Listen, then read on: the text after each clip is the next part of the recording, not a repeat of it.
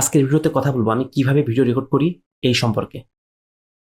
আজকের এই ভিডিওটা রেকর্ড করার উদ্দেশ্য হচ্ছে আপনারা যারা কন্টেন্ট ক্রিয়েশন করছেন বা কন্টেন্ট ক্রিয়েশন করতে চান তারা যেন বুঝতে পারেন কিভাবে ভিডিও রেকর্ড করতে হয়, ভিডিও রেকর্ড করার জন্য কি কি ইকুইপমেন্ট দরকার হয়।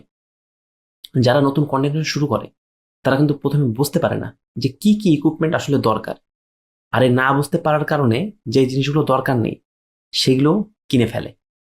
আপনি যদি কন্টেন্ট ক্রিয়েশনের উদ্দেশ্যে ভিডিও রেকর্ড করতে চান সেক্ষেত্রে প্রথমে মোবাইল কিন্তু সব থেকে কার্যকরী একটা ডিভাইস। আরেকটা কথা, আপনি ভিডিও মোবাইল দিয়ে রেকর্ড করছেন নাকি ক্যামেরা দিয়ে, তার থেকেও বেশি গুরুত্বপূর্ণ আপনার লাইট সেট আপ।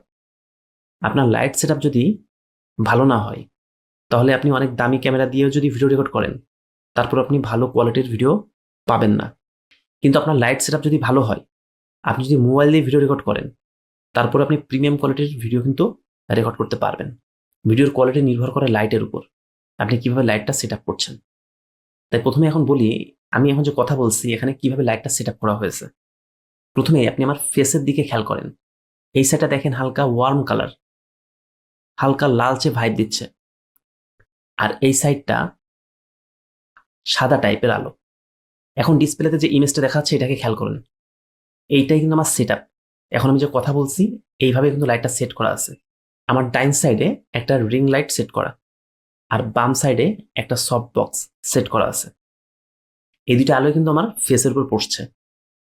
আর আমার ব্যাক সাইডে একটা লাইট জ্বালা রাখছি, এটা স্টাইলের জন্য আর কি, ওটা না দিলেও কিন্তু কোনো অসুবিধা ছিল না। এছাড়া কিন্তু ঘরে অন্য কোনো লাইট জ্বালানো নাই। তো আপনি যদি এইভাবে লাইটের সেট আপ করেন তাহলে কিন্তু ভালো ফুটেজ পাবেন। খুব বেশি আপনার ইনভেস্ট করার কিন্তু দরকার নেই। কি লাইট কিনবো না কিনবো এই নিয়ে কিন্তু আপনি এখন বুঝে গেলেন। সো আপনি কিন্তু এখন সহজে লাইট সেট আপ করে ফেলতে পারবেন। এখন বলি মাইক্রোফোন সম্পর্কে। ভিডিও যতটা গুরুত্বপূর্ণ তার থেকে কিন্তু বেশি গুরুত্বপূর্ণ মাইক্রোফোন।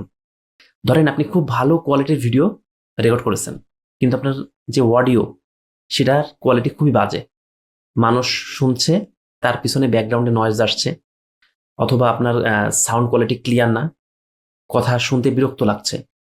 এরকম যদি অডিওর কোয়ালিটি হয় মানুষ কিন্তু আপনার ভিডিও দেখবে না, স্কিপ করে চলে যাবে। সো আপনি যেই মাইক্রোফোনই ইউজ করেন না কেন আপনি খেয়াল রাখবেন আপনার অডিওতে যেন ব্যাকগ্রাউন্ড নয়েজ না থাকে। আর আপনি যদি না জানেন কিভাবে ব্যাকগ্রাউন্ড নয়েজ রিমুভ করতে হয় তাহলে এই ভিডিওর ডিসক্রিপশনে দেখেন একটা লিঙ্ক দেওয়া আছে, ওই ভিডিওটা দেখলে আপনি বুঝতে পারবেন কিভাবে ব্যাকগ্রাউন্ড নয়েজ রিমুভ করতে হয়। এখন বলবো আমি কি মাইক্রোফোন ইউজ করি। আমি সাধারণত দুইটা মাইক্রোফোন ইউজ করি এখন। একটা হচ্ছে কন্ডেন্সার মাইক্রোফোন, এখন যেটাতে কথা বলছি এই যে আমার সামনে সেট করা আছে, এটার মডেল হচ্ছে মাউনো AU-A04। এটার প্রাইস 5,000 টাকার মতো। আর একটা মাইক্রোফোন ইউজ করি সেটা হচ্ছে উলানজি A100, এটার প্রাইস 3,000 টাকা মতো। সো আপনার প্রথমে কিন্তু দুইটা মাইক্রোফোনই কেনার দরকার নেই, আপনার প্রয়োজন অনুযায়ী কিন্তু আপনি যে কোনো একটাকে কিনতে পারেন। আপনি যদি রেকর্ড ঘরের ভিতরে করেন সেক্ষেত্রে এখন আমি যেই মাইক্রোফোনের কথা বলছি এটা কিনতে পারেন। আর এই মাইক্রোফোন পিসিতে আর মোবাইলে সাপোর্ট করে, ক্যামেরায় কিন্তু এই মাইক্রোফোন কানেক্ট হয় না। আর আপনি যদি আউটডোরে ভিডিও রেকর্ড করতে চান সেক্ষেত্রে ওয়্যারলেস মাইক্রোফোন আপনার জন্য বেস্ট অপশন হবে। আর এখন আমি যে কথা বলছি আমার একদম এই সোজাসুজি ক্যামেরা সেট করা আছে ট্রাইপডের উপর, ঠিক আছে? এটাই হচ্ছে কিন্তু সেট আপ। তাহলে কি কি লাগলো? প্রথমে লাইট, যেটা আমি বললাম আপনাকে, ডাইন সাইডে রিং লাইট, বাম সাইডে সফট বক্স, মাইক্রোফোনে কথা বলছি কন্ডেন্সার মাইক্রোফোন, আর আমার সামনে হচ্ছে ক্যামেরা সেট করা আছে, আর পিছনে একটা ব্যাকগ্রাউন্ড লাইট দেওয়া আছে। সো আশা করি বুঝতে পেরেছেন কিভাবে আপনি আপনার সেট আপটা করতে পারেন। আপনি যেন বুঝতে পারেন কিভাবে সেট আপটা করতে হয় ভিডিও রেকর্ড করার জন্য, তার জন্য আজকে ভিডিওটা রেকর্ড করা। যদি আপনার কোনো কোশ্চেন থাকে কমেন্টে জানাতে পারেন।